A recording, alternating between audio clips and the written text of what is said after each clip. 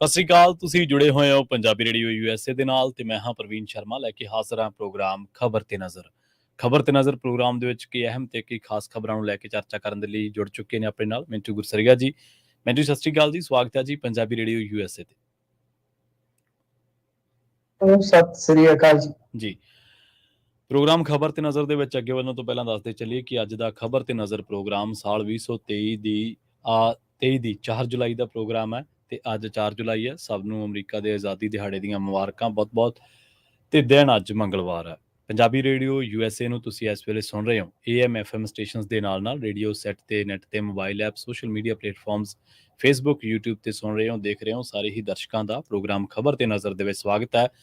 Programme ਨੂੰ sponsor ਕਰਦੇ ਨੇ ਖਾਲਸਾ ਇੰਸ਼ੋਰੈਂਸ ਏਜੰਸੀ ਵਾਲੇ, ਜਿਨ੍ਹਾਂ ਤੋਂ ਤੁਸੀਂ ਹਰ ਤਰੀਕੇ ਦੀ ਇੰਸ਼ੋਰੈਂਸ ਲੈ ਸਕਦੇ ਹੋ। ਇੰਸ਼ੋਰੈਂਸ ਬਾਰੇ ਪਤਾ ਕਰਨ ਲਈ ਇਹਨਾਂ ਦਾ ਨੰਬਰ ਹੈ 408-272-2500। ਪਿਛਲੇ 32 ਸਾਲਾਂ ਤੋਂ ਇੰਸ਼ੋਰੈਂਸ ਦੇ ਵਿੱਚ ਸ਼ਾਨਦਾਰ ਸੇਵਾਵਾਂ ਦੇ ਰਹੇ ਨੇ। ਅਮਰੀਕਾ ਭਰ ਦੇ ਵਿੱਚ ਇੰਸ਼ੋਰੈਂਸ ਕਰਦੇ ਨੇ। ਅੱਜ ਹੀ ਡਾਇਲ ਕਰੋ 408-272-2500। ਟਰਕੀਅਨ ਇਮੀਗ੍ਰੇਸ਼ਨ ਲਾ ਫਰਮ ਵਾਲੇ ਜੇ ਟਰਕੀਅਨ ਅਟਾਰਨੀ ਟਰਕੀਅਨ ਦੇ ਨਾਲ ਤੁਸੀਂ US ਇਮੀਗ੍ਰੇਸ਼ਨ ਬਾਬਤ ਕੋਈ ਵੀ ਜਾਣਕਾਰੀ ਚਾਹੁੰਦੇ ਹੋ ਜਾਂ ਸਵਾਲ ਪੁੱਛਣਾ ਤਾਂ ਉਹਨਾਂ ਦਾ ਨੰਬਰ ਹੈ 415909-0503। GK Dhanota Yuba City, Baljinder Singh Nijjar Woodland, Paramjit ਕੌਰੰਗੀ ਵੈਕਾਵਿਲ, ਹਰਨੇਕ ਸਿੰਘ ਪਾਬਲਾ ਇੰਡੀਅਨ ਕੰਜ਼ੀਨੈਂਟਨ GN ਲੂ ਵਾਲੇ ਟਰੱਕ ਵਾਸ਼ ਕਰਦੇ ਨੇ, ਆਇਲ ਚੇਂਜ ਕਰਦੇ ਨੇ, ਏਅਰ ਬ੍ਰੇਕਾਂ ਦਾ ਕੰਮ ਤਸੱਲੀ ਬਖਸ਼ ਕਰਦੇ ਨੇ, ਨਵੇਂ ਪੁਰਾਣੇ ਟਾਇਰ ਵੀ ਇਹਨਾਂ ਤੋਂ ਮਿਲਦੇ ਨੇ।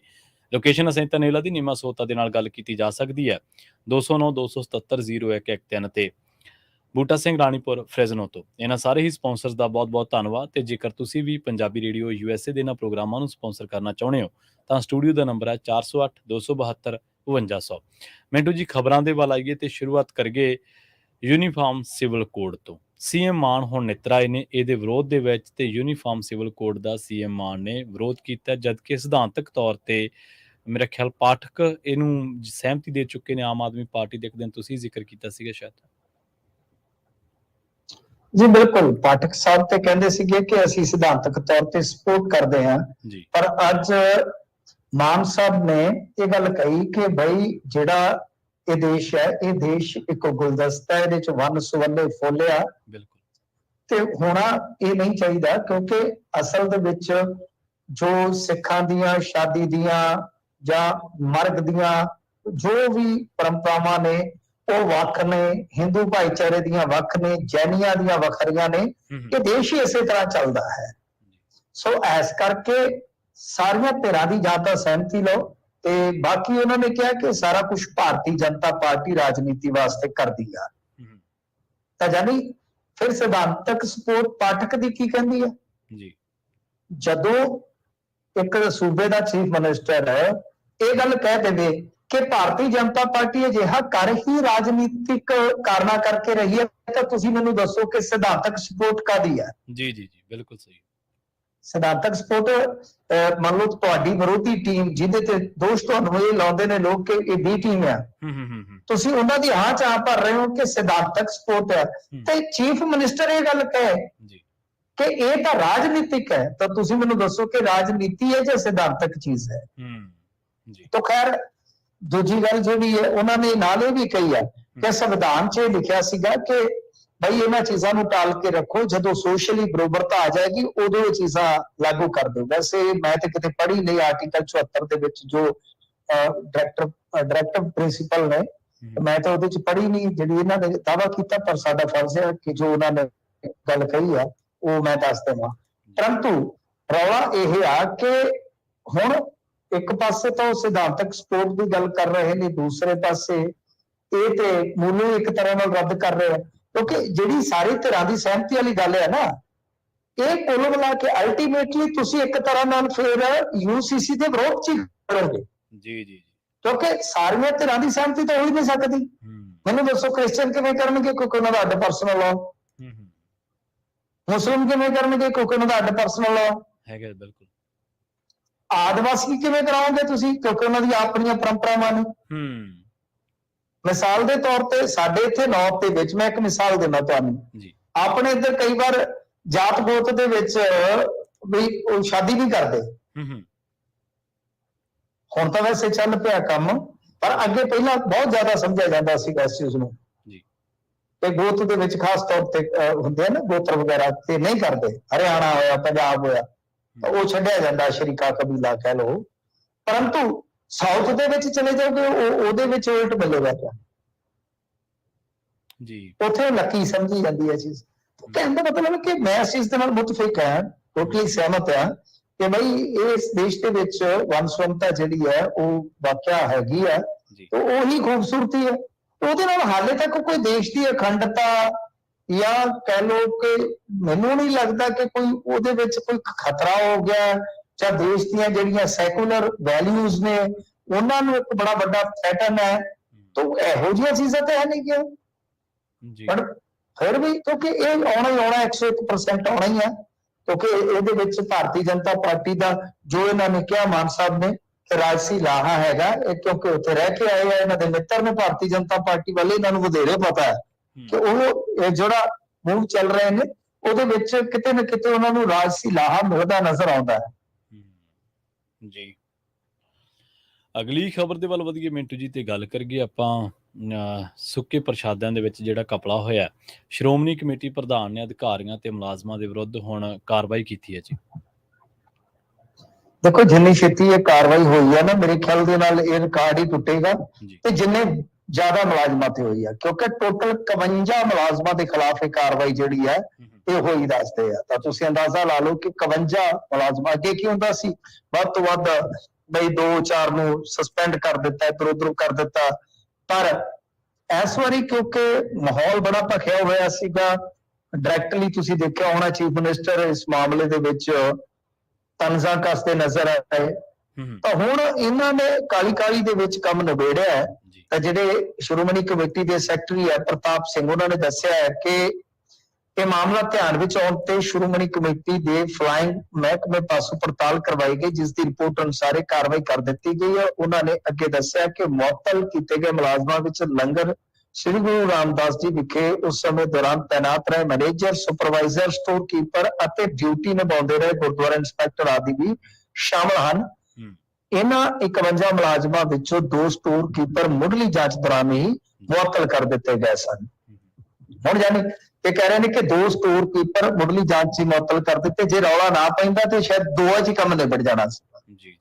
ਹੁਣ 51 ਤੱਕ ਗਈ ਹੈ, ਤਾਂ ਇਹਦੇ ਚੋਂ ਮੈਂ ਨਾਂ ਲਏ ਨੇ ਮੈਨੇਜਰ, ਸੁਪਰਵਾਈਜ਼ਰ, ਸਟੋਰ ਕੀਪਰ ਤੇ ਫਿਰ ਇੰਸਪੈਕਟਰ, ਮਤਲਬ ਕਿ ਸਾਰੇ ਹੀ ਰਲ ਗਏ। ਸੱਪ ਖੇਡਦੇ ਮੋਰਾਂ ਨਾਲ, ਕਿਸ ਕੋਲ ਜਾ ਕੇ ਰੋਈਏ ਰੱਬਾ, ਕੁੱਤੀ ਰਲ ਗਈ ਚੋਰਾਂ ਨਾਲ। ਤਾਂ ਗੱਲ ਇਹ ਆ ਕਿ ਆ ਹਾਲ ਬਣਿਆ ਪਿਆ ਹੈ ਕਿ ਤੁਸੀਂ ਦੇਖੋ ਗੁਰੂ ਘਰ ਦਾ ਮੈਨੇਜਰ ਜਿਹੜਾ ਉਤਲੀ ਪੋਸਟ ਤੇ ਹੈ, ਸਿਖਰਲੀ ਤੇ, ਸੁਪਰਵਾਈਜ਼ਰ ਜਿਹਨੇ ਸੁਪਰਵਾਈਜ਼ ਕਰਨਾ, ਸਟੋਰ ਕੀਪਰ ਜਿਹਨੇ ਸਾਰਾ ਧਿਆਨ ਰੱਖਣਾ ਸਟੋਰ ਚੋਂ ਕੀ ਕੁਝ ਜਾਂਦਾ, ਤੇ ਇੰਸਪੈਕਟਰ ਜਿਹਨੇ ਇੰਸਪੈਕਸ਼ਨ ਕਰਨੀ, ਸਾਰੀ ਤੇ ਰਲ ਗਏ। ਤੇ ਗੱਲ ਇਹ ਕਿ ਇਹਨਾਂ ਚਲੋ ਜਿਹੜੇ ਛੋਟੇ ਸੇਵਾਦਾਰ ਹੁੰਦੇ ਆ, ਆਮ ਸੇਵਾਦਾਰ, ਉਹਨਾਂ ਦੀ ਤਾਂ ਤਨਖਾਹ ਥੋੜੀ ਹੁੰਦੀ ਹੈ, ਮੈਨੇਜਰ, ਸੁਪਰਵਾਈਜ਼ਰ, ਸਟੋਰ ਕੀਪਰ ਕੋਲ ਤੇ ਬਥੇਰਾ ਕੁਛ ਆਉਂਦਾ ਵੀ ਬਾਵਜੂਦ ਇਸ ਤੇ। ਤਾਂ ਖੈਰ ਇਹ ਕਾਰਵਾਈ ਆ, ਮੁਅੱਤਲ ਕੀਤੇ ਗਏ ਆ, ਹਾਲੇ ਇਹ ਇੱਕ ਤਰ੍ਹਾਂ ਨਾਲ ਕਹਿ ਲਓ ਕਿ ਸਸਪੈਂਸ਼ਨ ਚ ਹੀ ਆਏ ਆ। ਪਰ ਜਿਸ ਤਰ੍ਹਾਂ ਦਾ ਇਹ ਘਪਲਾ ਹੋਇਆ, ਇਹ ਕੋਈ ਪਹਿਲਾ ਮੌਕਾ ਨਹੀਂ ਹੈ ਪ੍ਰਵੀਨ ਜੀ। ਦਰਅਸਲ ਕੀ ਹੈ ਕਿ ਇਹਨਾਂ ਘਟਨਾਵਾਂ ਦਾ ਨਾ ਰੁਕਣਾ ਇਹੀ ਇੱਕ ਚਿੰਤਾਜਨਕ ਪਹਿਲੂ ਹੈ। ਆਖਿਆ ਇੱਕ ਵਾਰੀ ਤੋਂ ਮੁਕਤਸਰ ਟਰੱਕ ਗਿਆ ਲੱਕੜਾਂ ਦਾ ਟੈਂਡਰ ਦੇ ਮੁਤਾਬਕ, ਤੇ ਉੱਥੇ ਮੁੱਢਾ ਦੀ ਥਾਂ ਤੇ ਫੱਟੀਆਂ ਸਨ ਪਤਲੀਆਂ ਜਿਨ੍ਹਾਂ ਨਾਲ ਜਿਵੇਂ ਸੇਬਾਂ ਦੀਆਂ ਪੇਟੀਆਂ ਬਣਦੀਆਂ ਨੇ ਜਿਹਦੇ ਚ। ਕੀ ਕਰੋਗੇ? ਕੋਵਿਡ ਦੇ ਦੌਰਾਨ ਇੱਕ 8 ਲੱਖ ਦੀ ਦਾਲ ਚੜਾਉਣ ਆ ਗਿਆ ਤੇ ਦਾਨੀ ਸੱਜਣ ਜੀ, ਤੇ ਇੱਕ ਉੱਥੋਂ ਦੇ ਬੰਦੇ ਦੇ ਟੇਟੇ ਚੜ ਗਿਆ, ਉਹਨੇ ਤੇ ਜਾਲੀ ਬਿੱਲ ਵੀ ਕੱਟ ਦਿੱਤੇ ਸਨ, ਰੌਲਾ ਪੈ ਗਿਆ। ਕਿਉਂਕਿ ਜਦੋਂ ਇੰਸਪੈਕਸ਼ਨ ਹੋਈ ਤੇ ਦਾਲ ਤੇ ਲੱਭੀ ਕੋਈ ਨਾ। 8 ਲੱਖ ਦੀ ਦਾਲ ਕਿਤੇ ਥੋੜੀ ਹੈ, ਕਿਤੇ ਤੁਸੀਂ ਕੋਟਲੀ ਚ ਤੇ ਬੰਨਣ ਹੋ ਰਹੇ ਜੀ। ਤੇ ਫਿਰ ਬਰਨਾਲੇ ਗੁਰਦੁਆਰਾ ਬਾਬਾ ਗਾਂਧਾ ਸਿੰਘ ਜੀ, ਉਹਦੇ ਵਿੱਚ ਇਸੇ ਤਰ੍ਹਾਂ ਹੋਇਆ, ਇੱਕ ਦੁਕਾਨਦਾਰ ਤੋਂ 2 ਲੱਖ ਰੁਪਈਆ ਲੈ ਲਿਆ ਜੀ ਇਹਨਾਂ ਨੇ। ਤੇ ਫਿਰ ਉਸ ਤੋਂ ਬਾਅਦ 6ਵੇਂ ਪਾਤਸ਼ਾਹ ਤੇ ਗੁਰਦੁਆਰਾ ਜਿਹੜਾ ਘਦੌੜ ਦੇ ਵਿੱਚ 10ਵੀਂ ਪਾਤਸ਼ਾਹੀ ਦਾ, ਉਹਦੇ ਵਿੱਚ ਜਾ ਕੇ ਉਹੀ ਬੰਦੇ ਫਿਰ ਫਰਜ਼ੀ ਬਿੱਲ ਤੇ ਰਸੀਦਾਂ ਕੱਟਦੇ ਫੜੇਗਾ। ਕੀ ਕਰੋਗੇ ਜੀ? ਗੁਰਦੁਆਰਾ ਮੰਜੀ ਸਾਹਿਬ ਆਲਮਗੀਰ ਦੇ ਵਿੱਚੋਂ 4 ਗੱਟੇ ਚੌਲ ਤੇ 1 ਟੀਨ ਦੇਸੀ ਘਿਓ ਦਾ ਬਾਹਰ ਏਦਾਂ ਰਕਸ਼ੇ ਤੇ ਲੱਦ ਕੇ ਲੈ ਜਾਂਦੇ ਇਹਨਾਂ ਦੇ ਸੇਵਾਦਾਰ ਫੜੇਗਾ। ਇਵੇਂ ਔਰ ਰਿਕਾਰਡ ਗੱਲਾਂ ਕਰ ਰਿਹਾ ਜੀ। ਮੈਨੂੰ ਪਤਾ ਨਹੀਂ ਤਾਂ ਜਦੇ ਨੋਟਸ ਆ ਜਾਂਦਾ, ਇਹ ਬੋਲਣ ਨਹੀਂ ਦਿੰਦੇ ਕਿਸੇ। ਜਿਨ੍ਹਾਂ ਕੇਸਾਂ ਦੀਆਂ ਕਾਰਵਾਈਆਂ ਇਹਨਾਂ ਦੇ ਰਜਿਸਟਰ 'ਚ ਚੜੀਆਂ ਹੋਈਆਂ ਨੇ ਜੀ। ਸੋ ਇਸ ਕਰਕੇ ਇਹ ਹੈ ਕਿ ਧਾਮੀ ਸਾਹਿਬ ਨੂੰ ਦੇਖਣਾ ਪਵੇਗਾ ਕਿ ਐਸਾ ਮੌਕਾ ਨਾ ਬਣੇ। ਜੇ ਮੌਕਾ ਬਣੇਗਾ ਤਾਂ ਫਿਰ ਭਾਈ ਭਗਵੰਤ ਮਾਨ ਵੀ ਸਵਾਦ ਲਵੇਗਾ ਤੇ ਇਸ ਤੋਂ ਇਲਾਵਾ ਜਿਹੜੇ ਹੋਰ ਵਿਰੋਧੀ ਆ ਉਹ ਵੀ ਮਜ਼ੇ ਲੈਣਗੇ। ਤਾਂ ਇਹ ਹੈ ਕਿ ਤੁਸੀਂ ਆਪਣਾ ਜੋ ਸਿਸਟਮ ਉਹਨੂੰ ਸੰਭਾਲੋ, ਤੁਸੀਂ ਉਹ ਕਰਨਾ ਹੈ ਇਸ ਤਰੀਕੇ ਨਾਲ ਕਰੋ ਕਿ ਭਾਈ ਉਹਦੇ ਵਿੱਚ ਇਸ ਤਰ੍ਹਾਂ ਦੀ ਕੋਈ ਕਮੀ ਪੇਸ਼ੀ ਜਿਹੜੀ ਹੈ ਮੁੜ ਕੇ ਨਾ ਰਹੇ। ਜੀ ਬਿਲਕੁਲ।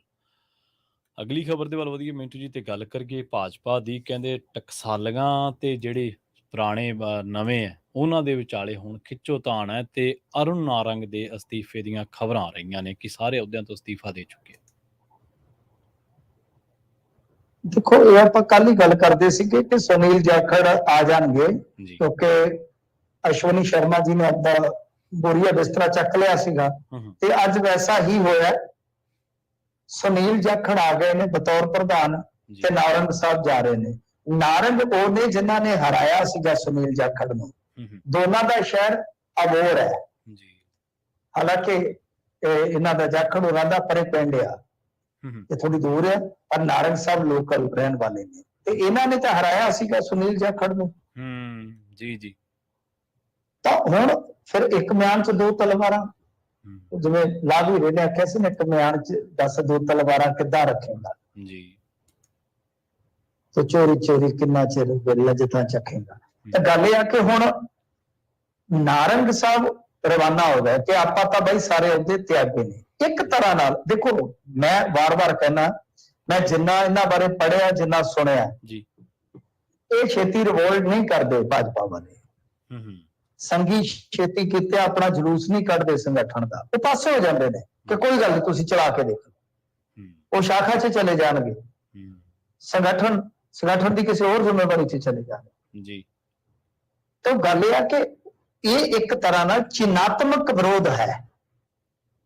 ਠੀਕ ਹੈ, ਚਿੰਨ੍ਹਾਤਮਕ ਵਿਰੋਧ ਤੋਂ ਭਾਵ ਤੇ ਨਾਲ ਇਸ ਗੱਲ ਤੇ ਮੋਹਰ ਵੀ ਹੈ ਕਿ ਭਾਰਤੀ ਜਨਤਾ ਪਾਰਟੀ ਨੇ ਭਾਰਤੀ ਜਨਤਾ ਪਾਰਟੀ ਦੇ ਹੀ ਟਕਸਾਲੀ ਭਾਜਪਾਈਆਂ ਦੇ ਜਿਹੜੇ ਧੜੇ ਸਨ, ਕਮਲ ਸ਼ਰਮਾ, ਅਸ਼ਵਨੀ ਸ਼ਰਮਾ ਤੋਂ ਲੈ ਕੇ ਸਾਂਪਲਾ ਤੱਕ, ਸਾਰੇ ਆਪ ਹੀ ਖਤਮ ਕਰ ਦਿੱਤੇ।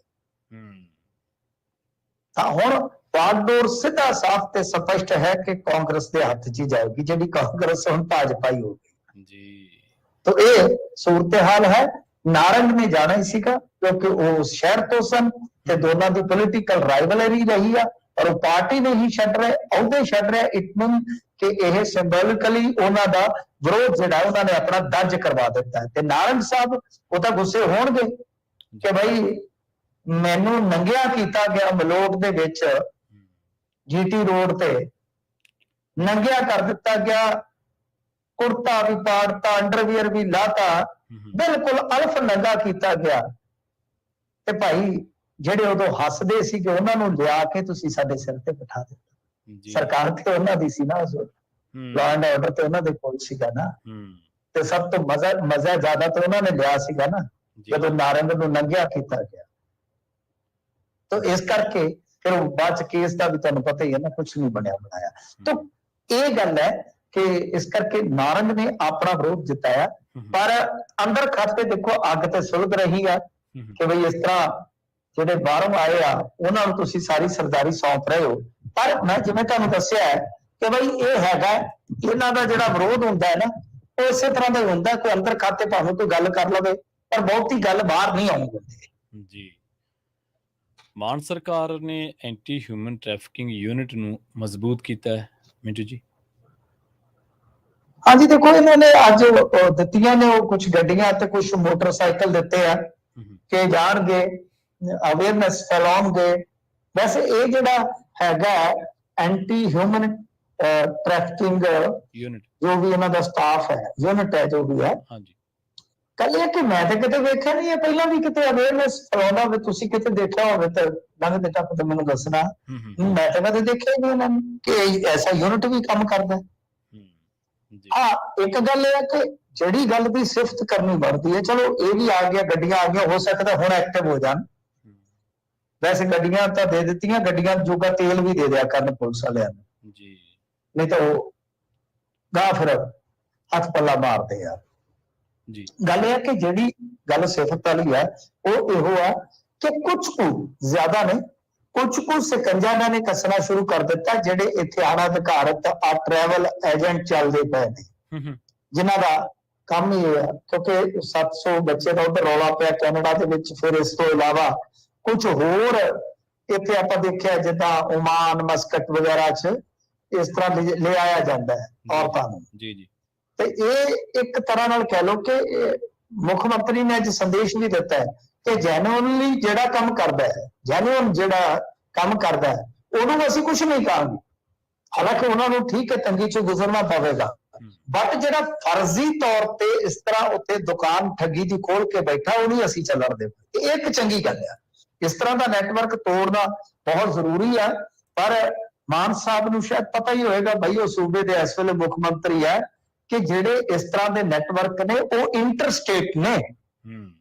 ਜਿੱਦਾਂ ਮਿਸਾਲ ਦੇ ਤੌਰ ਤੇ ਜਿਹੜੀਆਂ ਆਪਣੀਆਂ ਪੰਜਾਬ ਦੀਆਂ ਜਨਾਨੀਆਂ ਜਾਂਦੀਆਂ ਨੇ, ਕੁੜੀਆਂ ਜਾਂਦੀਆਂ ਨੇ, ਜੋ ਇਹਨਾਂ ਦੇ ਨਾਲ ਹੁੰਦਾ, ਮੈਂ ਉੱਧਰ ਨਾ ਜਾਂਦਾ ਹੋਇਆ ਦੱਸ ਦਿੰਦਾ ਕਿ ਇਹ ਤਕਰੀਬਨ 8-10 ਸਟੇਟਾਂ ਵਿੱਚ ਫੈਲਿਆ ਹੋਇਆ ਨੈਟਵਰਕ ਆ ਜੀ ਜੀ, ਜਿਹਦੇ 'ਚ ਇਸ ਤਰ੍ਹਾਂ ਕੰਮ ਕੀਤਾ ਜਾਂਦਾ ਹੈ ਕਿ ਪਹਿਲਾਂ ਐਡ ਦਿੱਤੀ ਜਾਂਦੀ ਹੈ, ਫਿਰ ਬੰਦਾ ਸ਼ਿਕਾਰ ਲੱਭਿਆ ਜਾਂਦਾ, ਫਿਰ ਉਹਦਾ ਆਲਾ ਦੁਆਲਾ ਛਾਣਿਆ ਜਾਂਦਾ ਹੈ ਕਿ ਕੋਈ ਇਹਨਾਂ ਦਾ ਲੀਡਰ ਤੇ ਮੁਲਾਜ਼ਮ ਤਾਂ ਨਹੀਂ ਕੋਈ। ਫਿਰ ਉਸ ਤੋਂ ਬਾਅਦ ਉਸ ਨੂੰ ਅੱਗੇ ਤੋਰਿਆ ਜਾਂਦਾ ਹੈ, ਗਾਂ ਦੀ ਗਾਂ ਤੁਰਦਿਆਂ ਫਿਰ ਤੁਹਾਨੂੰ ਪਤਾ ਪਾਸਪੋਰਟ ਤੱਕ ਗਾਂਹ ਰੱਖ ਲੈਂਦੇ ਜੀ। ਸਮੱਸਿਆ ਪੈਦਾ ਹੋ ਜਾਂਦੀ ਹੈ, ਐਗਰੀਮੈਂਟ ਵੀ ਪੁੱਠੇ ਸਿੱਧੇ ਕਰਾ ਲੈਂਦੇ ਨੇ। ਸੋ ਇਹ ਸੂਰਤ ਹਾਲ ਹੈ ਕਿ ਜੇ ਇਸ ਪਾਸੇ ਤੁਰੇ ਹੋ ਤਾਂ ਸ਼ਿੱਦਤ ਦੇ ਨਾਲ ਕੰਮ ਕਰੋ ਤੇ ਬਿਲਕੁਲ ਜੜ ਤੱਕ ਚਲੇ ਜਾਓ। ਇੰਟਰਸਟੇਟ ਮਸਲਾ ਹੈ ਤਾਂ ਉੱਥੇ ਦੂਸਰੇ ਸਟੇਟਾਂ ਦਾ ਵੀ ਤੁਸੀਂ ਸਾਥ ਲੈ ਲਵੋ, ਪਰ ਇਸ ਤਰ੍ਹਾਂ ਦੇ ਨੈਟਵਰਕ ਜਿਹੜੇ ਤਵਸਤ ਹੋਣੇ ਚਾਹੀਦੇ ਆ, ਇਸ ਤਰ੍ਹਾਂ ਬੂਧ ਹੋਣੇ ਚਾਹੀਦੇ ਆ। ਹਾਂ, ਜਿਹੜੇ ਇੱਕ ਨੰਬਰ 'ਚ ਵਧੀਆ ਕੰਮ ਕਰਦੇ ਆ ਉਹਨਾਂ ਏਜੰਟਾਂ ਨੂੰ ਸਗੋਂ ਫੈਸਿਲਿਟੇਟ ਕਰੋ, ਉਹਨਾਂ ਨੂੰ ਇਨਾਮ ਸਨਮਾਨ ਵੀ ਦੇਵੋ ਜੀ ਕਿ ਭਾਈ ਤੁਸੀਂ ਵਧੀਆ ਕੰਮ ਕਰਦੇ ਹੋ, ਤਾਂ ਕਿ ਉਹਨਾਂ ਦਾ ਵੀ ਹੌਸਲਾ ਬਣਿਆ ਰਹੇ। ਜੀ ਮਿੰਟੂ ਜੀ, ਕਈ ਦਿਨਾਂ ਤੋਂ ਚਰਚਾ ਚੱਲ ਰਹੀ ਹੈ ਕਿ ਜਿਹੜੇ ਖਤਰਨਾਕ ਗੈਂਗਸਟਰ ਨੇ ਉਹਨਾਂ ਨੂੰ ਬਾਹਰੀ ਜੇਲ੍ਹਾਂ ਦੇ ਵਿੱਚ ਭੇਜਣ ਦਾ ਅਮਲ ਸ਼ੁਰੂ ਕੀਤਾ ਗਿਆ, ਤੇ ਇਹਦੇ ਤਹਿਤ ਇਹ ਵੀ ਸੁਣਦੇ ਆ ਵੀ ਕਾਲੇ ਪਾਣੀ ਭੇਜ ਦਿੱਤਾ ਜਾਊਗਾ। ਕੀ ਇਹ ਗੱਲ ਸੱਚ ਹੈ ਕਿ ਬਾਹਰੀ ਜੇਲ੍ਹਾਂ ਦੇ ਵਿੱਚ ਭੇਜਣ ਦਾ ਜਿਹੜਾ ਅਮਲ ਉਹ ਸ਼ੁਰੂ ਹੋ ਚੁੱਕਿਆ? ਕਾਲੇ ਪਾਣੀ ਦਾ ਕੀ, ਉਹ ਤਾਂ ਦਿਲਦਾਰ ਵੀਲਾਂ ਨੇ ਆਖ ਦਿੱਤਾ ਸੀਗਾ ਜੀ, ਤੇਰੇ ਬਾਜੋ ਸਾਰਾ ਪਿੰਡ ਲੱਗਦਾ ਕਾਲਾ ਪਾਣੀ ਮਿੱਤਰਾਂ ਨੂੰ। ਤਾਂ ਕੀ ਹੈ ਕਾਲਾ ਪਾਣੀ? ਉਹ ਹੁਣ ਕੁਛ ਨਹੀਂ ਹੈਗਾ। ਅਸਲ ਦੇ ਵਿੱਚ ਕੀ ਹੈ ਕਿ ਜਿਹੜੀ ਕਾਲੇ ਪਾਣੀ ਵਾਲੀ ਜੇਲ੍ਹ ਸੀਗੀ ਉਹ ਤਾਂ ਹੁਣ ਮਿਊਜ਼ੀਅਮ ਬਣ ਗਈ ਹੈ। ਤੇ ਉਹ ਜਿਹੜੀ ਸੈਲੂਲਰ ਜੇਲ੍ਹ ਹੈ ਪਰੇ ਆ, ਅੰਡੇਮਾਨ ਅਲੱਗ ਹੈ। ਜੀ ਜੀ, ਉਹ ਆਪਣਾ ਮੀਡੀਆ ਫਿਰ ਉਹਨੂੰ ਰਲਗੱਡ ਕਰ ਦਿੰਦਾ ਨਾ ਕਿ ਕਾਲੇ ਪਾਣੀ ਭੇਜ ਦਿੱਤਾ ਜਾਏ, ਕੁਛ ਨਹੀਂ ਹੈ ਅੰਡੇਮਾਨ। ਉਹ ਇਸ ਕਰਕੇ ਆ ਕਿਉਂਕਿ ਇਹਨਾਂ ਨੇ ਪਹਿਲਾਂ ਅਮਲ ਸ਼ੁਰੂ ਕੀਤਾ ਸੀਗਾ ਕਿ ਸਾਊਥ ਦੀਆਂ ਜੇਲ੍ਹਾਂ 'ਚ ਘਲਾਈਏ ਇਹਨਾਂ ਨੂੰ। ਤਾਂ ਸਾਊਥ ਦੀਆਂ ਜੇਲ੍ਹਾਂ 'ਚ ਕੀ ਹੈ ਕਿ ਉੱਥੇ ਤੇ ਸਰਕਾਰ ਹੈ ਹੀ ਨਹੀਂ ਭਾਜਪਾ ਦੀ ਕਿਤੇ। ਉਹ ਤਾਂ ਤੁਸੀਂ ਖੁਰਦਬੀਨ ਨਾਲ ਲੱਭੋਗੇ ਤਾਂ ਨਹੀਂ ਸਰਕਾਰ ਲੱਭਣੀ ਉੱਥੇ। ਕਰਨਾਟਕ 'ਚ ਹੈਗੀ ਸੀ, ਕੰਨੜਾ ਨੇ ਚੱਕ ਕੇ ਪਰੇ ਮਾਰੇ। ਤਾਂ ਹੁਣ ਇਹ ਜਿਹੜਾ ਜੇਲ੍ਹਾਂ ਦਾ ਮਸਲਾ ਹੁੰਦਾ ਜ਼ਰੂਰ ਇਹ ਹੁੰਦਾ ਇੰਟਰਸਟੇਟ, ਯਾਨੀ ਜਿਹੜਾ ਜੇਲ੍ਹਾਂ ਦਾ ਅਧਿਕਾਰ ਖੇਤਰ ਉਹ ਸਟੇਟ ਕੋਲ ਜਾਂਦਾ ਹੈ, ਅੰਤਰਰਾਜੀ ਹੋ ਜਾਂਦਾ ਹੈ। ਤਾਂ ਉਹਦੇ ਵਿੱਚ ਮੰਨ ਲਓ ਸਟੇਟ ਜਿਹੜੀ ਹੈ ਉਹ ਆਪਣੇ ਜੇਲ੍ਹ ਮੈਨੂਅਲ ਅਨੁਸਾਰ ਫੈਸਲੇ ਲੈਂਦੀ ਹੈ, ਨਾ ਕਿ ਕੇਂਦਰ ਦੇ ਅਨੁਸਾਰ ਚੱਲਣਾ ਉਹਨਾਂ ਨੇ। ਤਾਂ ਹੁਣ NIA ਕਿਵੇਂ ਚੱਕ ਕੇ ਕਹਿ ਦੂਗੀ ਉਹਨੂੰ ਸਟਾਲਿਨ ਨੂੰ ਕਿ ਤੂੰ ਇੱਥੇ ਮਦਰਾਸ ਦੇ ਵਿੱਚ ਬੰਦੇ ਬੰਦ ਕਰ ਦੇ। ਅਗਲਾ ਕਹੂਗਾ ਕਿ ਬਗਾਨੇ ਘਰ ਦੀ ਅੱਗ ਮੈਂ ਕਿਉਂ ਆਪਦੇ ਕੇਸਾਂ ਦੇ ਵਿੱਚ ਪਵਾਵਾਂ ਬਈ, ਮੈਂ ਤਾਂ ਨਹੀਂ ਲੈਂਦਾ ਬੰਦੇ। ਫਿਰ ਪਰ ਗੱਲ ਕੀ ਹੈ, ਡਿਬਰੂਗੜ੍ਹ ਦੇ ਵਿੱਚ ਲੈ ਲਏਗਾ। ਕਿਉਂ? ਕਿਉਂਕਿ ਉੱਥੇ ਭਾਜਪਾ ਸੀ ਤੇ ਉੱਥੋਂ ਸੈਂਟਰ ਕਰਵਾ ਰਹੀ ਸੀ, ਮਾਨ ਸਾਹਿਬ ਨਾਲ ਸਨ ਟੇਬਲ ਤੇ, ਤਾਂ ਉੱਥੇ ਐਸ ਹੋ ਜੀ, ਉੱਥੇ ਕੋਈ ਪ੍ਰੋਬਲਮ ਨਹੀਂ ਆਈ। ਹੁਣ ਇਹੀ ਆਪਸ਼ਨ ਬਚਦਾ ਜਾਂ ਡਿਬਰੂਗੜ੍ਹ ਭੇਜ ਦਿਓ। ਜੇ ਡਿਬਰੂਗੜ੍ਹ ਭੇਜੋਗੇ ਤਾਂ ਉੱਥੇ ਤੇ ਫਿਰ ਪੰਜਾਬੀ ਨਜ਼ਰਬੰਦ ਹੋ ਗਏ। ਤਾਂ ਉਹਦੇ ਨਾਲ ਆਪਸ਼ਨ ਫਿਰ ਇਹ ਹੈ ਕਿ ਅੰਡੇਮਾਨ UT ਹੈ, ਤਾਂ ਕਰਕੇ ਉਹ ਚਰਚਾ ਚੱਲਦੀ ਪਈ ਹੈ। NIA ਨੇ ਪੱਤਰ ਜ਼ਰੂਰ ਲਿਖ ਦਿੱਤਾ ਕਿ ਬਈ ਇਹਨਾਂ ਨੂੰ ਭੇਜ ਦਿਓ। ਤਾਂ ਸੈਂਟਰ ਸਰਕਾਰ ਨੇ ਉਹ ਹੱਲ ਕੱਢਿਆ ਕਿ ਸਾਊਥ ਦਾ ਛੱਡੋ, ਨਾਰਥ ਈਸਟ ਦਾ ਛੱਡੋ, ਇਹਨਾਂ ਨੂੰ ਅੰਡੇਮਾਨ ਭੇਜ ਦਿੰਦੇ ਆ, ਕਿਉਂਕਿ UT ਤੇ ਸਿੱਧਾ ਸੈਂਟਰ ਦੇ ਮੁਤਹਿਦ ਹੈ ਨਾ, ਉੱਥੇ ਆਪਾਂ ਨੂੰ ਕਿਸੇ ਕੇਂਦਰ ਦੀ ਕੋਈ ਇਜਾਜ਼ਤ ਲੈਣ ਦੀ ਜ਼ਰੂਰਤ ਨਹੀਂ ਪੈਣੀ। ਸੋ ਇਹ ਗੱਲਬਾਤ ਚੱਲ ਰਹੀ ਹੈ। NIA ਨੇ ਪੱਤਰ ਲਿਖ ਦਿੱਤਾ, ਹੋਮ ਮਿਨਿਸਟਰੀ ਜਿਹੜੀ ਹੈ ਉਹਨੇ ਤਕਰੀਬਨ ਯੈਸ ਕਰ ਦਿੱਤੀ ਹੈ। बाकी कोई अड़चन आ गई तो हम कह नहीं सकते। ये वैसे पिछले 4-5 महीनों तो लगातार चल रहा है प्रोसैस। NIA देख रही है क्योंकि ਜਿਹੜਾ ਲਾਰੈਂਸ ਸਿੰਡੀਕੇਟ ਹੈ ਜਾਂ ਉਧਰ ਬੰਬੀਹਾ ਆ ਗਿਆ, ਵੈਸੇ ਉਹਨਾਂ ਦੇ ਵਿੱਚ ਮੈਂ ਜਿਵੇਂ ਕਿਹਾ ਕਿ ਉਹ ਆਪਣੀ ਇੱਧਰ ਦੀ ਉਹਨਾਂ ਦੀ ਆਇਡੈਂਟੀਟੀ ਬਣ ਚੁੱਕੀ ਹੈ, ਜਾਂ ਹਰਿਆਣੇ ਦੇ ਗੈਂਗਸਟਰ ਬੜੇ ਜੁੜ ਜਾਂਦੇ ਨੇ ਨਾਲ, ਉਹ ਗੈਂਗ ਜੁੜ ਜਾਂਦੇ ਆ ਕੇ। ਤਾਂ ਉਹਨਾਂ ਦਾ ਕੀ ਹੈ ਕਿ ਤਿਹਾੜ ਜੇਲ੍ਹ ਇੱਕ ਦੇ ਵਿੱਚ ਗਾਂ 16 ਜ਼ਿਲ੍ਹਾ ਹੈ, 16 ਦੀਆਂ 16 ਜ਼ਿਲ੍ਹਿਆਂ 'ਚ ਦੱਸਦੇ ਆ ਕਿ ਦੋਨੇ ਸਿੰਡੀਕੇਟ ਦੇ ਗਾਂ ਗੁਰਗੇ ਆ ਗਏ। ਠੀਕ ਹੈ। ਤੇ ਇੱਕ ਤੇ ਕਿ ਪੰਜਾਬ ਦੇ ਵਿੱਚ ਵੀ ਹੈਗੇ, ਹਰਿਆਣੇ 'ਚ ਵੀ ਹੈਗੇ, ਤੇ ਦਿੱਲੀ 'ਚ ਵੀ ਹੈਗੇ, ਲਿਜਾਉਂਗੇ ਕਿੱਥੇ, ਰਾਜਸਥਾਨ 'ਚ ਵੀ ਹੈਗੇ ਜੀ। ਤਾਂ ਬਈ ਇਹ ਆ ਕਿ ਇੱਕ ਤਾਂ ਇੱਥੇ ਗੈਂਗਵਾਰ ਦੀ ਸਮੱਸਿਆ, 2 ਤਾਂ ਆਪਣੇ ਇੱਥੇ ਮਰ ਗਏ ਪੰਜਾਬ 'ਚ, ਹਾਂਜੀ ਜੀ, ਇੱਕ ਉੱਥੇ ਦਿੱਲੀ ਤੇ ਇੱਕ ਹੋਰ 4 ਮੌਤਾਂ ਹੋਈਆਂ ਨੇ ਕੁਝ ਹਫ਼ਤਿਆਂ ਦੇ ਅੰਦਰ ਗੈਂਗਵਾਰ ਜੇਲ੍ਹਾਂ ਦੇ ਵਿੱਚ। ਤਾਂ ਇਸ ਕਰਕੇ ਇਹਨਾਂ ਨੂੰ ਇਹ ਆ ਕਿ ਇੱਕ ਤਾਂ ਜਿਹੜੇ ਇਹਨਾਂ ਦੇ ਥੋੜੇ ਆ ਜਿਹੜੇ ਹੁਣ ਨੈਟਵਰਕ ਜਿਸ ਤਰ੍ਹਾਂ ਚਲਾਉਂਦੇ ਨੇ, ਆਪਰੇਟ ਕਰਦੇ ਨੇ, ਇਹਦੇ ਵਿੱਚ ਕਮੀ ਆਵੇਗੀ। ਦੂਸਰਾ ਇਹ ਹੈ ਕਿ ਜਿਹੜੀ ਇਹਨਾਂ ਦੀ ਆਪਸ ਦੇ ਵਿੱਚ ਗੈਂਗਵਾਰ ਹੋਣ ਦੀ ਇੱਕ ਸੰਭਾਵਨਾ ਰਹਿੰਦੀ ਹੈ, ਉਹਦੇ ਤੋਂ ਨਿਜਾਤ ਮਿਲੇਗੀ ਤਦ ਕਰਕੇ। ਮਿੰਟੂ ਜੀ, ਇੱਕ ਕੁਝ ਲੰਘੇ ਮਹੀਨਿਆਂ ਦੇ ਵਿੱਚ ਇੱਕ ਖਬਰ ਆਈ ਸੀ ਜਿਹਦੇ ਵਿੱਚ ਵਾਇਆ ਨੇਪਾਲ ਕੁਝ ਐਂਟਰੀਆਂ ਤੇ ਆਪਾਂ ਚਰਚਾ ਕੀਤੀ ਸੀ ਕਿ ਪਾਕਿਸਤਾਨ ਤੋਂ ਵਾਇਆ ਨੇਪਾਲ ਐਂਟਰੀਆਂ ਹੋ ਰਹੀਆਂ ਨੇ। ਇੱਕ ਪਬਜੀ ਤੇ ਮੁਲਾਕਾਤ ਦੀ ਗੱਲ ਸੁਣਦੇ ਆ ਤੇ ਉਹ ਵੀ ਐਂਟਰੀ ਵਾਇਆ ਨੇਪਾਲ ਹੀ ਹੈ ਤੇ ਔਰਤ ਦੀ ਹੈਰਾਨ ਕਰ ਦੇਣ ਵਾਲੀ ਕਹਾਣੀ ਹੈ। ਹਾਂਜੀ ਦੇਖੋ, ਇਹ ਪਾਕਿਸਤਾਨੀ ਔਰਤ ਸੀ, 4 ਬੱਚੇ ਸਨ ਇਹਦੇ ਜੀ, ਤੇ ਘਰ ਵਾਲਾ ਇੱਧਰ ਹੀ ਕਿਤੇ ਕੰਮ ਕਰਦਾ ਸੀਗਾ ਨੇਪਾਲ ਵੱਲੋਂ। ਠੀਕ ਹੈ। ਇਹ ਕਿਤੇ ਲੋਕਡਾਊਨ ਦੇ ਵਿੱਚ ਪਬਜੀ ਤੇ ਹੋ ਗਈ, ਪਬਜੀ ਖੇਡਦੀ ਸੀ, ਵਿਹਲੀ ਹੈਗੀ ਸੀ, ਤੇ ਇਹਦੀ ਦੋਸਤੀ ਹੋ ਗਈ ਇੱਥੇ ਕਿਤੇ ਹਰਿਆਣੇ ਦੇ ਮੁੰਡੇ ਨਾਲ। ਤੇ ਇਹ ਪਹਿਲਾਂ ਤਾਂ ਮਿਲੇ ਗਿਲੇ ਇੱਥੇ ਨੇਪਾਲ 'ਚ, ਉਹ ਵਾਪਸ ਚਲੇ ਗਈ। ਫਿਰ ਉਹਨੇ ਚੰਗੀ ਪਲੈਨਿੰਗ ਦੇ ਨਾਲ ਦੁਬਾਰਾ ਵੀਜ਼ਾ ਲਿਆ, ਬੱਚਿਆਂ ਦਾ ਪਾਸਪੋਰਟ ਵਗੈਰਾ ਬਣਾਇਆ, ਉੱਥੇ ਕੋਈ ਪਲਾਟ ਹੈਗਾ ਸੀ 10-12 ਲੱਖ ਦਾ ਵੇਚਿਆ ਸੂ, ਤੇ ਉੱਥੇ ਆ ਗਈ ਨੇਪਾਲ। ਨੇਪਾਲ ਦੇ ਵਿੱਚ ਉਹਨੇ ਪਤਾ ਨਹੀਂ ਉਹਨੇ ਕਿਸ ਤਰ੍ਹਾਂ ਐਂਟਰੀ ਮਾਰੀ ਹੈ, ਹੋ ਸਕਦਾ ਬਾਰਡਰ ਕ੍ਰਾਸ ਕਰਵਾ ਦਿੱਤਾ ਹੋਵੇ ਕਿਉਂਕਿ ਉੱਥੇ ਹੁੰਦੇ ਨੇ ਏਜੰਟ, ਪਰ ਇੰਨੀਆਂ ਸੂਈਆਂ ਉੱਥੇ ਏਜੰਸੀਆਂ ਨੇ ਇੰਡੀਆ ਦੀਆਂ, ਹੈਰਾਨ ਕਰਦੀ ਗੱਲ ਹੈ। ਤੇ ਉਹ ਬੀਬੀ ਜਿਹੜੀ ਆ ਆਪਦੇ 4 ਬੱਚੇ ਲੈ ਕੇ ਹਿਸਾਬ ਲਾ ਲਓ ਕਿ ਉਸੇ ਤਰ੍ਹਾਂ GPS ਦੇ ਰਾਹੀਂ ਜੋ ਲੱਭਦੀ ਲਵਾਉਂਦੀ, ਮਤਲਬ ਕਿ ਲਾ ਕੇ ਲੋਕੇਸ਼ਨਾਂ ਵਗੈਰਾ, ਉਹ ਮੁੰਡੇ ਕੋਲ ਪਹੁੰਚ ਗਏ। ਉਹਨਾਂ ਨੇ ਤਾਂ ਬੱਲਭਗੜ੍ਹ ਦੇ ਵਿੱਚ ਉੱਥੇ ਹਰਿਆਣੇ 'ਚ ਦਿੱਲੀ ਦੇ ਆਊਟਰ ਏਰੀਆ 'ਚ ਉਹਨਾਂ ਨੇ ਤਾਂ ਮਕਾਨ ਲੈ ਰੱਖਿਆ ਸੀ। ਕਿਉਂਕਿ ਪਿਛਲੇ ਦਿਨ ਉਹਨਾਂ ਨੇ ਬਕਰੀਦ ਜਿਹੜੀ ਮਨਾਈ, ਤੇ ਉਹ ਇੱਕ ਥੋੜਾ ਜਿਹਾ ਜਵਾਕ ਹੁਣ ਕਿਤੇ ਗਲੀ ਮੁਹੱਲੇ 'ਚ ਤੇ ਆ ਹੀ ਜਾਂਦਾ ਹੈ ਨਾ, ਉਹ ਵੇਖਿਆ ਤੇ ਬੋਲੀ ਕੁਛ ਹੋਰ, ਉਹਦੀ ਜਨਾਨੀ ਦੀ ਆਪਦੀ ਵੀ ਬੋਲੀ ਕੁਛ ਹੋਰ ਹੋ ਗਿਆ, ਘਰੋਂ ਬਾਹਰ ਵੀ ਨਾ ਨਿਕਲੇ, ਤਾਂ ਸ਼ੱਕ ਹੋ ਗਿਆ। ਫਿਰ ਇਹਨਾਂ ਨੇ ਆਪਣੀ ਸ਼ਾਦੀ ਰਜਿਸਟਰਡ ਕਰਵਾਉਣ ਲਈ ਕੋਸ਼ਿਸ਼ ਕੀਤੀ, ਤਾਂ ਜਦੋਂ ਵਕੀਲ ਨੂੰ ਆਇਡੈਂਟੀਟੀ ਕਾਰਡ ਦਿੱਤਾ ਨੇ, ਉਹ ਪਾਕਿਸਤਾਨ ਦਾ ਸੀ, ਉਸ ਵਕੀਲ ਨੇ ਹੀ ਫਿਰ ਉਸ ਨੂੰ ਸੂਚਿਤ ਕੀਤਾ ਕਿ ਮਾਮਲਾ ਹੈ। ਤਾਂ ਪਬਜੀ ਦੇ ਚੱਕਰ 'ਚ ਪੈ ਕੇ, ਫਿਰ ਇਸ਼ਕ ਮੁਸ਼ਕ ਦੇ ਚੱਕਰ 'ਚ ਪੈ ਕੇ 4 ਬੱਚਿਆਂ ਨੂੰ ਲੈ ਕੇ ਇੱਥੇ ਆਈ ਜਨਾਨੀ ਸਮੇਤ ਆਪਣੇ ਸ਼ੌਹਰ ਦੇ ਤੇ ਉਹਦੇ ਪਿਓ ਦੇ, ਸਾਰੇ ਹੀ ਜੇਲ੍ਹ ਦੇ ਵਿੱਚ ਚਲੇ ਗਏ ਜੀ। ਮਿੰਟੂ ਜੀ, ਇਹਨਾਂ ਖਾਸ ਖਬਰਾਂ ਤੇ ਖਾਸ ਜਾਣਕਾਰੀਆਂ ਦੇਣ ਦੇ ਲਈ ਤੁਹਾਡਾ ਬਹੁਤ ਬਹੁਤ ਧੰਨਵਾਦ ਜੀ। ਸ਼ੁਕਰੀਆ ਜੀ ਸਰ, ਸਤਿ ਸ੍ਰੀ ਅਕਾਲ ਜੀ। ਪ੍ਰੋਗਰਾਮ ਖਬਰ ਤੇ ਨਜ਼ਰ ਦੇ ਵਿੱਚ ਪਹਿਲੇ ਹਿੱਸੇ ਦੇ ਵਿੱਚ ਆਪਣੇ ਨਾਲ ਜੁੜੇ ਸਨ ਮਿੰਟੂ ਗੁਰਸਰਗਾ ਜੀ, ਜਿਨ੍ਹਾਂ ਦੇ ਨਾਲ ਆਪਾਂ ਕੀ ਅਹਿਮ ਖਬਰਾਂ ਲੈ ਕੇ ਚਰਚਾ ਕੀਤੀ ਹੈ। ਵੇਲਾ ਹੋ ਚੱਲਿਆ ਇੱਕ ਸ਼ਾਰਟ ਬ੍ਰੇਕ ਦੇ ਲਈ ਰੁਕਣ ਦਾ, ਜਲਦ ਵਾਪਸੀ ਕਰਾਂਗੇ। ਬ੍ਰੇਕ ਤੋਂ ਬਾਅਦ ਜੁੜੇ ਰਹੋ ਪੰਜਾਬੀ ਰੇਡੀਓ USA ਦੇ ਨਾਲ।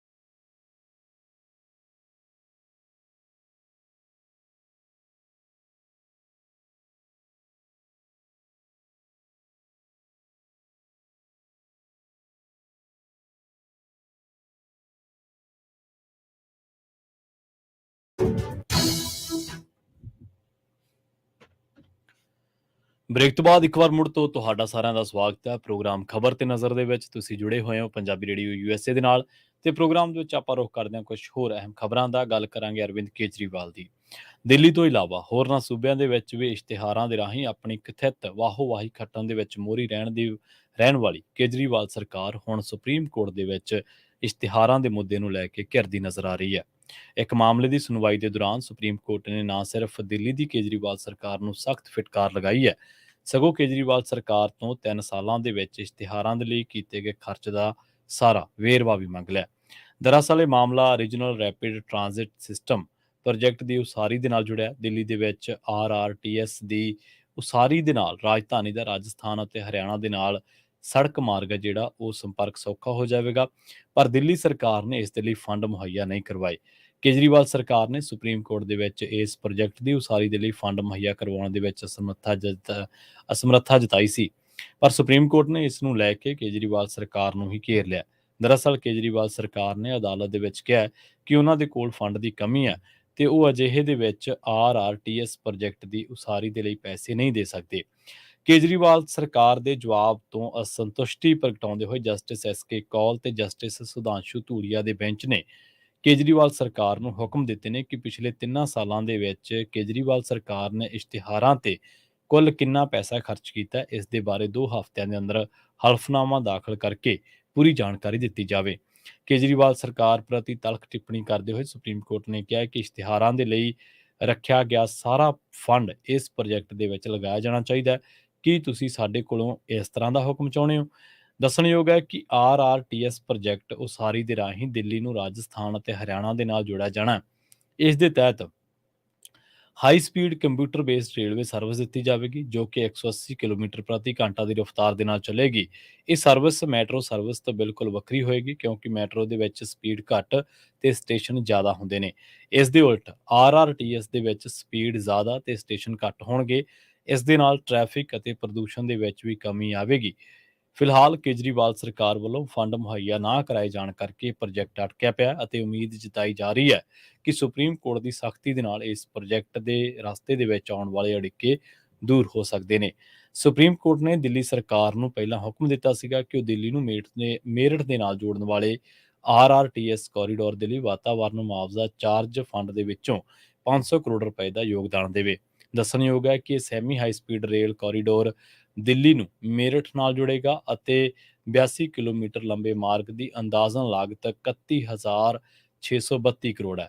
ਆਪਣੇ ਮਾਰਚ 2019 ਦੇ ਆਦੇਸ਼ ਦੇ ਵਿੱਚ ਸੁਪਰੀਮ ਕੋਰਟ ਨੇ ਗੱਲ ਕਹੀ ਸੀ ਕਿ Delhi Meerut RRTS corridor scheme ਦੇ ਲਈ ਭਾਰਤ ਸਰਕਾਰ ਦਾ ਯੋਗਦਾਨ 5,687 ਕਰੋੜ ਰੁਪਏ ਹੈ। ਉੱਤਰ ਪ੍ਰਦੇਸ਼ ਦਾ 5,828, ਰਾਸ਼ਟਰੀ ਰਾਜਧਾਨੀ ਖੇਤਰ ਦਿੱਲੀ ਦਾ 1,138 ਕਰੋੜ। 2019 ਦੇ ਇਸ ਹੁਕਮ ਦੇ ਵਿੱਚ ਸੁਪਰੀਮ ਕੋਰਟ ਨੇ ਦਿੱਲੀ ਸਰਕਾਰ ਨੂੰ 10 ਦਿਨਾਂ ਦੇ ਅੰਦਰ ECC ਫੰਡ ਦੇ ਵਿੱਚੋਂ 265 ਕਰੋੜ ਰੁਪਏ ਦੇ ਯੋਗਦਾਨ ਦੇਣ ਦੇ ਨਿਰਦੇਸ਼ ਦਿੱਤੇ ਸੀ, ਜਿਸ ਦੇ ਵਿੱਚ ਕਰ ਦੇਣਦਾਰੀ ਵੀ ਸ਼ਾਮਲ ਸੀ।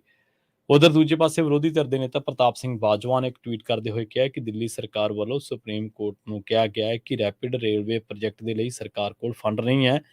ਦਿੱਲੀ ਸਰਕਾਰ ਦੀ ਇਸ ਦਲੀਲ ਤੇ ਸੁਪਰੀਮ ਕੋਰਟ ਨੇ ਦਿੱਲੀ ਸਰਕਾਰ ਨੂੰ ਫਟਕਾਰ ਲਾਈ ਹੈ ਕਿ ਪਿਛਲੇ 3 ਸਾਲਾਂ ਦੇ ਵਿੱਚ ਇਸ਼ਤਿਹਾਰਾਂ ਤੇ ਕਿੰਨਾ ਖਰਚ ਕੀਤਾ। ਬਾਜਵਾ ਨੇ ਕਿਹਾ ਕਿ ਅਰਵਿੰਦ ਕੇਜਰੀਵਾਲ ਦੀ ਅਗਵਾਈ ਵਾਲੀ ਸਰਕਾਰ ਨੇ ਇਸ ਮਹੱਤਵਪੂਰਨ ਪ੍ਰੋਜੈਕਟ ਦੇ ਲਈ ਫੰਡਾਂ ਦਾ ਯੋਗਦਾਨ ਦੇਣ ਦੇ ਵਿੱਚ ਅਸਮਰੱਥਾ ਪ੍ਰਗਟ ਕੀਤੀ ਹੈ, ਜਿਸ ਦੇ ਉੱਤੇ ਸੁਪਰੀਮ ਕੋਰਟ ਦੀ ਬੈਂਚ ਨੇ ਇਸ ਤੇ ਦਿੱਲੀ ਦੀ ਆਮ ਆਦਮੀ ਪਾਰਟੀ ਦੀ ਸਰਕਾਰ ਨੂੰ ਫਟਕਾਰ ਲਾਈ ਹੈ। ਉਹਨਾਂ ਕਿਹਾ ਕਿ ਸਰਕਾਰ ਕੋਲ ਇਸ਼ਤਿਹਾਰਾਂ ਲਈ ਫੰਡ ਨੇ, ਪਰ ਜਦੋਂ ਔਰਤਾਂ ਨੂੰ 1000 ਰੁਪਏ ਮੂੰਗੀ ਦੀ ਫਸਲ ਤੇ MSP ਤੇ ਅਧਿਆਪਕਾਂ ਨੂੰ ਰੈਗੂਲਰ ਕਰਨ ਵਰਗੇ ਵਾਅਦੇ ਪੂਰੇ ਕਰਨ ਤੇ ਗੱਲ ਆਉਂਦੀ ਹੈ ਤਾਂ ਮੁੱਖ ਮੰਤਰੀ ਭਗਵੰਤ ਮਾਨ ਅੱਖਾਂ ਮੀਚ ਲੈਂਦੇ ਨੇ।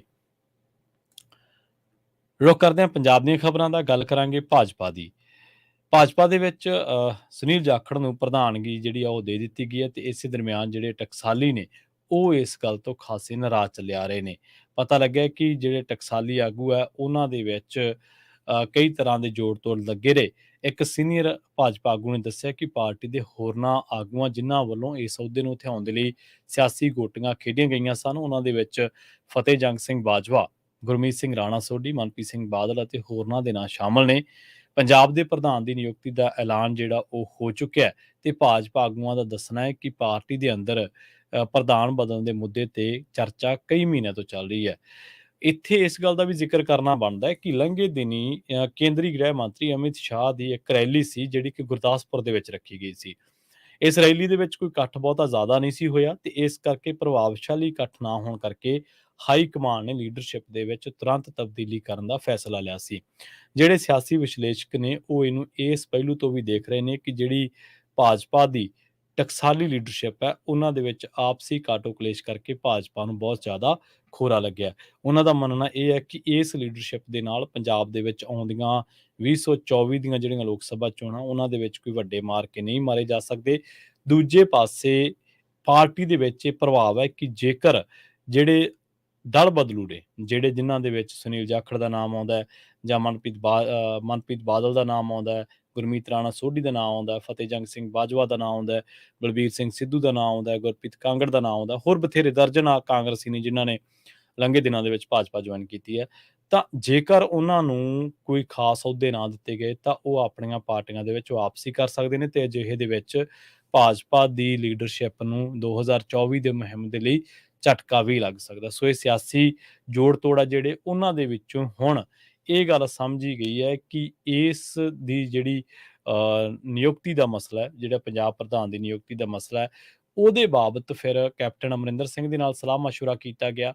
ਪਤਾ ਇਹ ਲੱਗਿਆ ਹੈ ਕਿ ਹੁਣ ਭਾਜਪਾ ਜਿਹੜੀ ਹੈ ਉਹ ਸੁਨੀਲ ਜਾਖੜ ਦੇ ਨਾਮ ਉੱਤੇ ਜਿਹੜੀ ਹੈ ਉਹ ਇੱਕ ਤਰੀਕੇ ਦੇ ਨਾਲ ਸਹਿਮਤੀ ਜਤਾ ਚੁੱਕੀ ਹੈ ਤੇ ਸੁਨੀਲ ਜਾਖੜ ਦੇ ਬਾਰੇ ਇਹ ਕਿਹਾ ਜਾਂਦਾ ਕਿ ਉਹ ਹਿੰਦੂ ਸਫਾਂ ਦੇ ਨਾਲ ਸਿੱਖ ਸਫਾਂ ਦੇ ਵਿੱਚ ਵੀ ਜਿਹੜਾ ਪਰ ਪੰਜਾਬ ਦੇ ਹਰੇਕ ਭਾਈਚਾਰੇ ਦੇ ਵਿੱਚ ਸਤਿਕਾਰਤ ਨੇ ਤੇ ਇਸ ਤੋਂ ਇਲਾਵਾ ਉਹਨਾਂ ਦੇ ਵਿੱਚ ਜਿਹੜਾ ਦੂਜਿਆਂ ਨੂੰ ਨਾਲ ਲੈ ਕੇ ਚੱਲਣ ਦੀ ਵੀ ਜਿਹੜੀ ਸਮਰੱਥਾ ਹੈ ਉਹ ਵੀ ਭਾਜਪਾ ਨੇ ਜ਼ਾਹਰ ਕੀਤੀ ਹੈ। ਇਹਦੇ ਨਾਲ ਭਾਜਪਾ ਨੂੰ ਇਹ ਵੀ ਲੱਗਦਾ ਕਿ ਜਿਹੜੀ ਪੰਜਾਬ ਦੀ ਲੀਡਰਸ਼ਿਪ ਹੈ ਪੰਜਾਬ ਦੀ, ਉਸ ਲੀਡਰਸ਼ਿਪ ਦਾ ਕਿਸਾਨੀ ਬਿੱਲਾਂ ਕਰਕੇ ਖਾਸਾ ਵਿਰੋਧ ਹੈ। ਕਈਆਂ ਦੇ ਘਰਾਂ ਮੂਹਰੇ ਗੋਹੇ ਦੀਆਂ ਟਰਾਲੀਆਂ ਲਾਈਆਂ ਗਈਆਂ ਤੇ ਕਈਆਂ ਨੇ ਹਰਜੀਤ ਗਰੇਵਾਲ ਵਰਗਿਆਂ ਨੇ ਬਿਆਨਬਾਜ਼ੀ ਕਰ ਕਰਕੇ ਲੋਕਾਂ ਨੂੰ ਵੈਸੇ ਹੀ ਭਾਜਪਾ ਦੇ ਐਂਟੀ ਕਰ ਦਿੱਤਾ।